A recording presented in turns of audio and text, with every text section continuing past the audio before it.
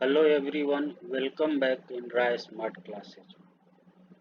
Today we will solve NCERT Science Class 10 Chemical Reactions and Equations Chapter 1 in text questions. I will try to clarify each point in English and Hindi mix through PowerPoint presentation to understand you easily.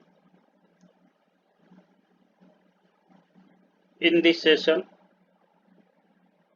we will solve in text question set 1 which I have given on page number 6, in text question set 2 given on page number 10, and in text questions set 3 given on page number 3 in NCERT book. At the end of each slide, hold a slide for a minute so that you can write down the solution for offline revision and practice. Now let us go the exercise.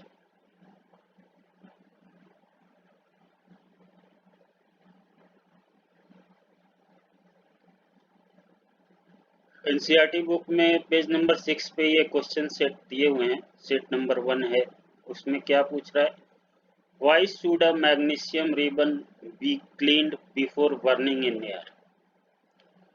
जो magnesium ribbon है air में burning से पहले क्यों clean किया जाता है? क्यों क्लीन किया जाता है? क्योंकि जो उस पे मैग्नीशियम ऑक्साइड का लेयर होता है वो काफ़ी स्टेबल कंपाउंड होता है, उसको हटाने के लिए, जिससे कि एटमॉस्फेयर में जो ऑक्सीजन है वो मैग्नीशियम मेटल से रिएक्ट करे और बर्निंग। तो क्या है, magnesium ribbon should be cleaned before burning air because magnesium metal react with atmospheric oxygen to form magnesium oxide MgO layer. Magnesium oxide को फॉर्मूला क्या है, MgO layer which is very stable compound, जो बहुत ही stable compound है। In order to prevent further reaction with oxygen, it is therefore necessary to clean the ribbon by to remove the layer of magnesium oxide. Further reaction अगर ये होने के लिए क्या है, रिबन को जो उस पे मैग्नीशियम ऑक्साइड का लेयर है उसको क्लीन करना जरूरी होता है।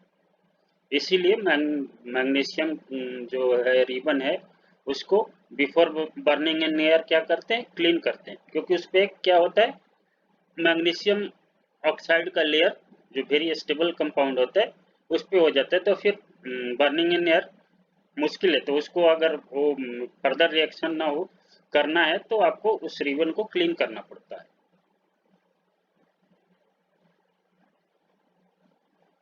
तो इसका आंसर जो है क्या है, magnesium ribbon should be cleaned before burning in air because magnesium metal reacts with the atmospheric oxygen and forms magnesium oxide.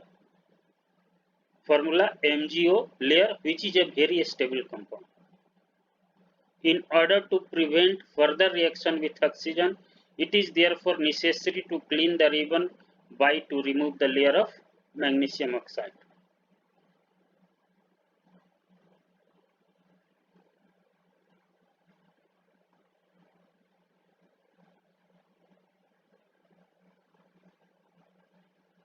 Next slide पे चलते हैं। क्वेश्चन नंबर 2 क्या कह रहा है, right a balance equation for the following chemical reaction. अब यहाँ पे केमिकल रिएक्शन दिया हुआ है, इसका बैलेंस इक्वेशन लिखना है, हमें सॉल्यूशन देना है। यहाँ क्या है, फर्स्ट में हाइड्रोजन और क्लोरीन रिएक्ट होके क्या बन रहा है, हाइड्रोजन क्लोराइड। तो हमें सबसे पहले क्या है, हमें इसका फॉर्मूला से अनबैलेंस इक्वेशन लिखते हैं। तो हाइड्रोजन का फॉर्मूला H2 प्लस क्लोरीन का फॉर्मूला क्या है, Cl2, this gives hydrogen chloride, this का फॉर्मूला HCl, हाइड्रोजन क्लोराइड। ये क्या हो गया, अनबैलेंस हो गया। अब हम इसको देखेंगे, जैसे यहाँ पे H2 प्लस Cl, HCl, हमने अनबैलेंस लिख दिया। अब इसमें हम देखेंगे कि क्या आ रहा है। हमारे पास कितना रिएक्टेंट साइड में 2 हाइड्रोजन ले रहे हैं और हमारे को प्रोडक्ट साइड में 1 हाइड्रोजन दिख रहा है। रिएक्टेंट साइड में क्लोरीन 1 है, प्रोडक्ट साइड में 1 है, तो हमें मतलब कि हाइड्रोजन को बैलेंस करना पड़ेगा। तो हाइड्रोजन को बैलेंस करने के लिए क्या करना पड़ेगा, हमें प्रोडक्ट साइड में 2 लगाना पड़ेगा, 2HCl करना पड़ेगा। अगर 2 से हम कर दें तो 2 हाइड्रोजन हो गया, तो हाइड्रोजन बैलेंस हो गया। और फिर क्या है, क्लोरीन अनबैलेंस हो गया। तो क्लोरीन के लिए हमें क्या करना पड़ेगा, जो रिएक्टेंट साइड में क्लोरीन 1 है, इसको भी हम Cl2 कर देंगे, 2 क्लोरीन कर देंगे, तो हमारा क्या हो जाएगा, H2 plus Cl2 this gives 2HCl। अब ये क्या है, बैलेंस इक्वेशन है। यहाँ पे 2 हाइड्रोजन है, यहाँ भी 2 हाइड्रोजन प्रोडक्ट साइड में भी है, क्लोरीन में भी दो क्लोरीन रिएक्टेंट साइड है और 2 chlorine. Now this is balance. वैसे ही नेक्स्ट क्या है, barium chloride plus aluminium sulphate, that gives barium sulphate plus aluminium chloride. तो सबसे पहले हम क्या अनबैलेंस इक्वेशन लिखेंगे। तो बेरियम क्लोराइड का फॉर्मूला क्या होगा, BaCl2। एल्युमिनियम सल्फेट का क्या होता है, Al2SO4 होल थ्राइस। अब हमने लिख दिया, तो बेरियम सल्फेट BaSO4 और एल्युमिनियम क्लोराइड AlCl3, हमने अनबैलेंस इक्वेशन लिख दिया। अब हम इसमें देखेंगे कि क्या क्या अनबैलेंस है।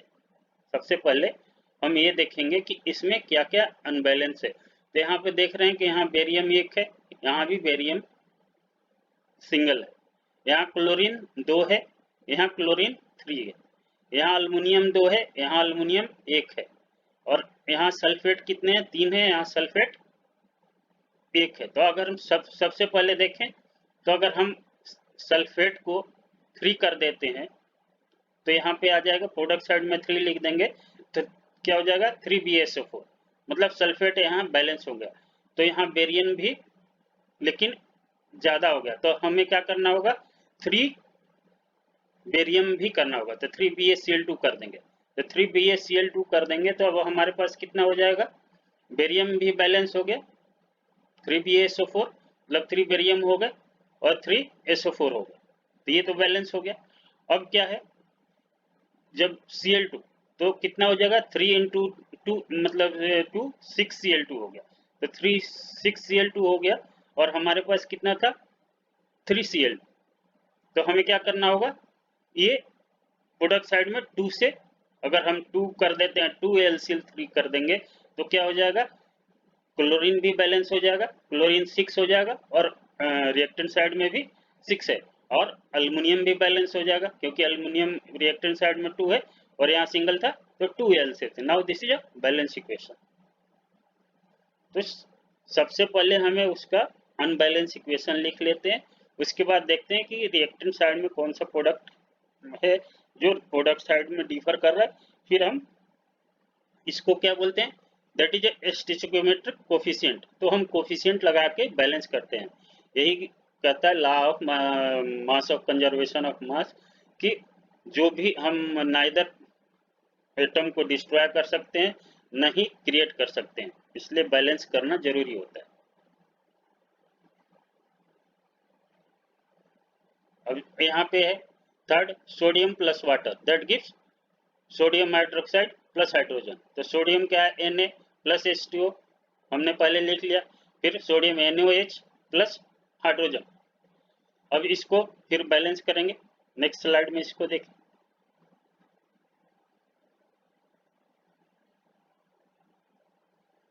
पहले हमने लिख लिया सोडियम हाइड्रोजन NaOH H2, ये हमने अनबैलेंस लिख दिया।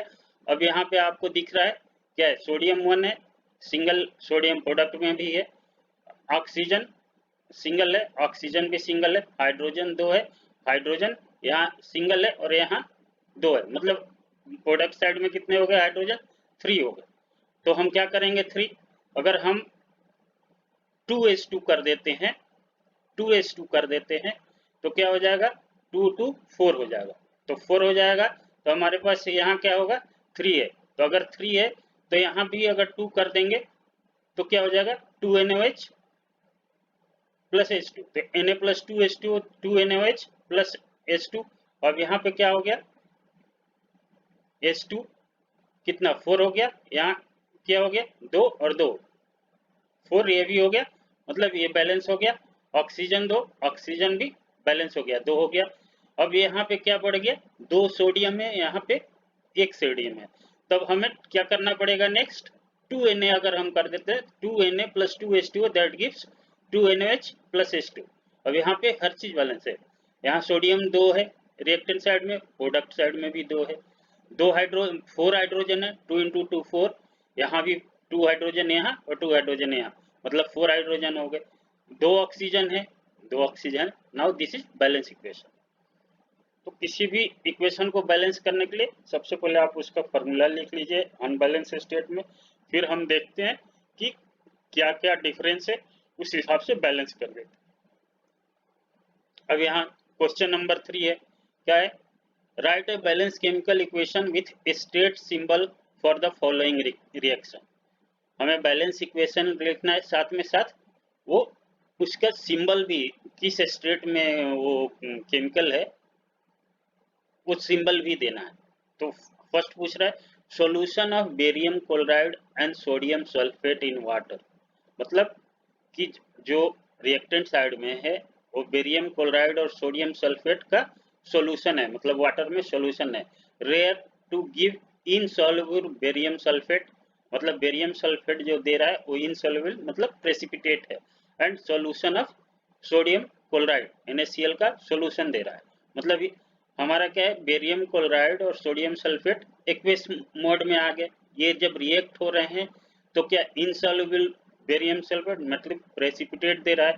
तो हमने सबसे पहले बेरियम क्लोराइड लिख लिया, BaCl2 क्या है सॉल्यूशन है, हमने एक्वेस सिंबल डाल दिया, प्लस क्या है सोडियम सल्फेट, ये भी सॉल्यूशन है, Na2SO4 एक्वेस हो गया, दैट गिव्स क्या है बेरियम सल्फेट प्रेसिपिटेट। तो प्रेसिपिटेट क्या होता है, मतलब कि सॉल्यूशन में वो डिजोल्व नहीं है, तो मतलब सॉलिड है, या हमने प्रेसिपिटेट का सिंबल डाल दिया BaSO4, ये प्रेसिपिटेट होने का सिंबल है। फिर क्या है, and solution of sodium chloride मतलब NaCl एक्वेस है। अब इसको क्या हम बैलेंस देखेंगे कि बैलेंस है कि नहीं। तो बेरियम यहाँ पे सिंगल है, यहाँ भी सिंगल है, मतलब बैलेंस है। क्लोरीन यहाँ 2 है, यहाँ क्लोरीन हमने 2Na कर दिया, तो यहाँ भी 2NaCl मतलब क्लोरीन हो गया। अब सोडियम 2 है तो यहाँ सोडियम 2 हो गया, SO4 सिंगल है, SO4 सिंगल हो गया, that is equation balance and mention state symbol. वैसे सेकंड क्या है, sodium hydroxide solution in water react with hydrochloric acid solution to produce sodium chloride solution and water.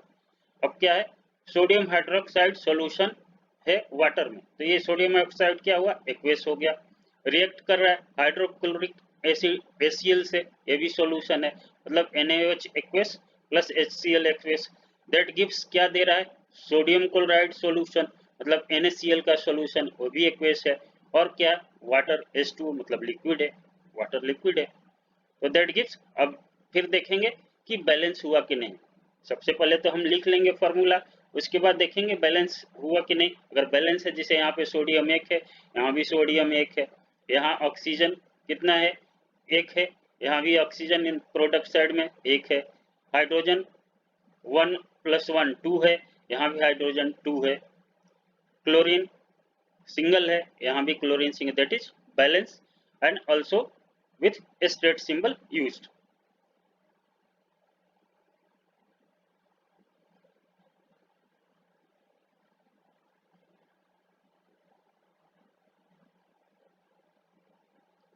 Next slide पे चलते हैं।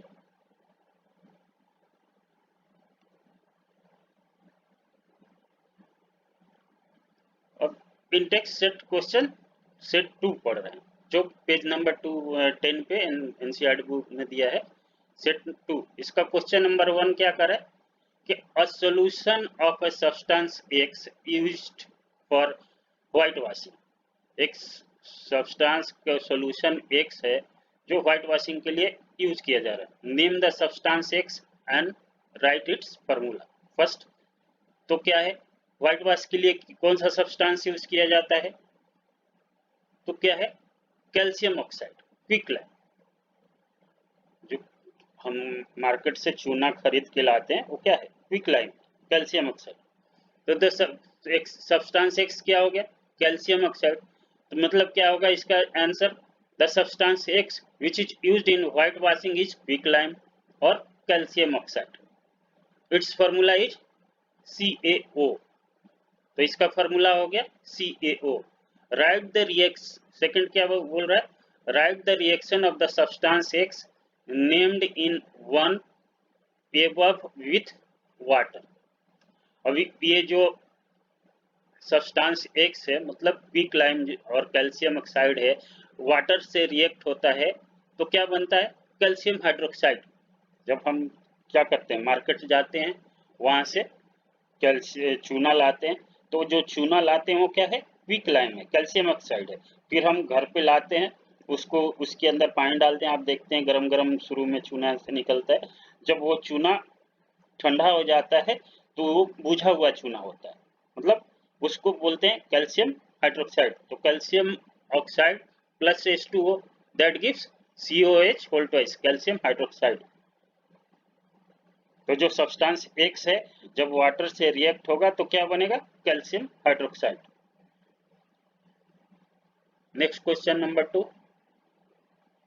क्या कर रहा है? Why is the amount of gas collected in one of the test tube, एक activity दिया हुआ है 1.7, double of the amount collected in the other, name this gas. जो पेज नंबर 10 पे जो एक्टिविटीज है 1.7, उसमें आप देखेंगे कि जो एक टेस्ट ट्यूब में गैस कलेक्ट हो रहा है वो जो अदर टेस्ट ट्यूब में कलेक्ट हुआ उसका डबल हो रहा है। क्यों? तो gas collected in one of the test tube is double of the amount collected in other. क्यों? Because water gets hydrolysed to release hydrogen and oxygen gas. क्योंकि जो वाटर है वो जब हाइड्रोलाइज होता है तो क्या करता है? रिलीज करता है हाइड्रोजन H2O, हाइड्रोजन और ऑक्सीजन गैस में। Here after electrolysis 2 molecules of hydrogen and 1 molecule of oxygen gas is released. Hydrogen 2 molecules और 1 molecule ऑक्सीजन रे, hence the amount of hydrogen collected would be double than that of oxygen. इसलिए क्या होता है? जो hydrogen का amount collect होता है वो क्या होता है? ऑक्सीजन से डबल होता है। इसीलिए जो एक्टिविटी दिया हुआ है उसमें क्या है कि जो एक टेस्ट ट्यूब में कलेक्ट हो रहा है वो दूसरे टेस्ट ट्यूब के डबल क्यों हो रहा है? क्योंकि जब वाटर है वो हाइड्रोलाइज में इलेक्ट्रोलिसिस, जब उसका हाइड्रोलाइज का होने का मतलब है इलेक्ट्रोलिसिस। ये अगर आपने मेरे पीछे थ्योरी का वीडियोज देखा होगा तो उसमें हमने आपको इलेक्ट्रोलिसिस में बताया है डिटेल्स, तो वहीं पे आप वहां देख सकते हैं, उसको फिर से रिवाइज भी कर सकते हैं। तो water gets hydrolysed to release hydrogen and oxygen gas. तो इलेक्ट्रोलिसिस होता है तो क्या है? हाइड्रोजन 2 मॉलिक्यूल रिलीज होता है, वहां पे ऑक्सीजन 1 मॉलिक्यूल रिलीज होता है, तो ऑक्सीजन गैस 1। तो क्या हुआ? हाइड्रोजन जो रिलीज हुआ वो डबल हो गया ऑक्सीजन से।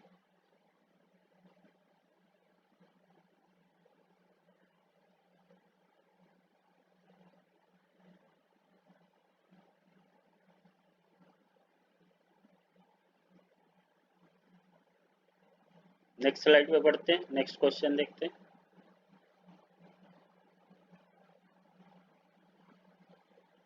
अब क्वेश्चन सेट 3 देखते हैं जो पेज नंबर 13 पे है बुक में। उसमें क्या क्वेश्चन नंबर है? Why does the colour of copper sulphate solution change when an iron nail is dipped in it. जो कॉपर सल्फेट के सॉल्यूशन में जब हम आयरन नेल डालते हैं तो उसका कलर क्यों चेंज हो जाता है? क्यों होता है? When iron nail dipped in the copper sulphate solution, क्या होता है? Iron displace copper from the copper sulphate because iron is more reactive than copper. जब आयरन नेल जब कॉपर सल्फेट में हम डालते हैं तो क्या होता है? आयरन कॉपर को रिफ्रेश कर देता है, वो कॉपर सल्फेट में चला जाता है। क्यों? क्योंकि आयरन कॉपर से ज्यादा रिएक्टिव है। Therefore the colour of the copper sulphate solution change. Reaction क्या होता है? ये जब आयरन कॉपर सल्फेट से रिएक्ट करता है तो क्या होता है? ये कॉपर क्या होता है? को डिस्प्लेस कर देता है तो क्या होगा, यहाँ बन गया फेरस सल्फेट FeSO4 और ये क्या हो जाएगा, कॉपर डिस्प्लेस हो गया। तो इसलिए जब कॉपर सल्फेट में आयरन नेल को डालते हैं तो उसका कलर चेंज होने का मेन ये है, आयरन कॉपर को डिस्प्लेस कर देता है। Second question, give an example of double displacement reaction other than one given in activity 1.10। मतलब दूसरा एग्जांपल देना है डबल डिस्प्लेसमेंट का जो 1.10 में, जिसे तो क्या है, रिएक्शन बिटवीन सिल्वर नाइट्रेट का फॉर्मूला क्या है, AgNO3 and sodium chloride is an example of double displacement reaction. Silver nitrate और सोडियम क्लोराइड क्या है, ये डबल डिस्प्लेसमेंट रिएक्शन का एग्जांपल है। During reaction negative and positive trade position as a result in the formation of white silver chloride precipitate. ये क्या होता है, सबसे जो सिल्वर क्या है पॉजिटिव है और नाइट्रेट नेगेटिव आयन है, जब ये सोडियम पॉजिटिव और क्लोरीन से होता है तो क्या बनता है, व्हाइट सिल्वर क्लोराइड बनता है और सोडियम प्लस और नाइट्रेट आयन अलग हो जाता है। तो इसीलिए क्या है, ये डबल डिस्प्लेसमेंट रिएक्शन होता है। Reaction between silver nitrate and sodium chloride क्या है, that is example of double displacement reaction. In reaction, positive and negative ion trade position as a result in the formation of white silver chloride। ये AgCl precipitate है, ये precipitate होता है और ये sodium positive and nitrate ion negative देता है।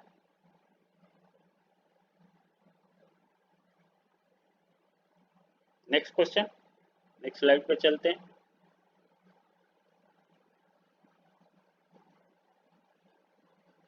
कि अगर identify the substances that are oxidised and that are reduced in the following equation. Question 3 ये बता रहा है कि आइडेंटिफाई करना है कि कौन सा सब्सटेंस ऑक्सीडाइज हो रहा है और कौन सा रिड्यूस हो रहा है, इन रिएक्शंस में देखना है। तो हमारा फर्स्ट रिएक्शन क्या है, 4Na सॉलिड है और ऑक्सीजन गैस रूप में क्या दे रहा है, 2Na2O। तो इस रिएक्शन में क्या हो रहा है, जो सोडियम है वो क्या है, ऑक्सीडाइज हो रहा है। क्यों, क्योंकि सोडियम इज गेटिंग विथ क्या है, इसमें ऑक्सीजन का एडिशन होता है या एडिशन हो रहा है। तो addition of oxygen is oxidation, oxidised. और सेकंड रिएक्शन में क्या है, CuO कॉपर ऑक्साइड ये हो गया और ये हाइड्रोजन। तो यहाँ क्या हो रहा है, यहाँ पे हाइड्रोजन का एडिशन हो रहा है, हाइड्रोजन का एडिशन हो रहा है, H2O बन रहा है, that is a reduced. Addition of hydrogen मतलब रिड्यूस। इन सेकंड इक्वेशन क्या हो रहा है, copper is reduced due to the addition of hydrogen.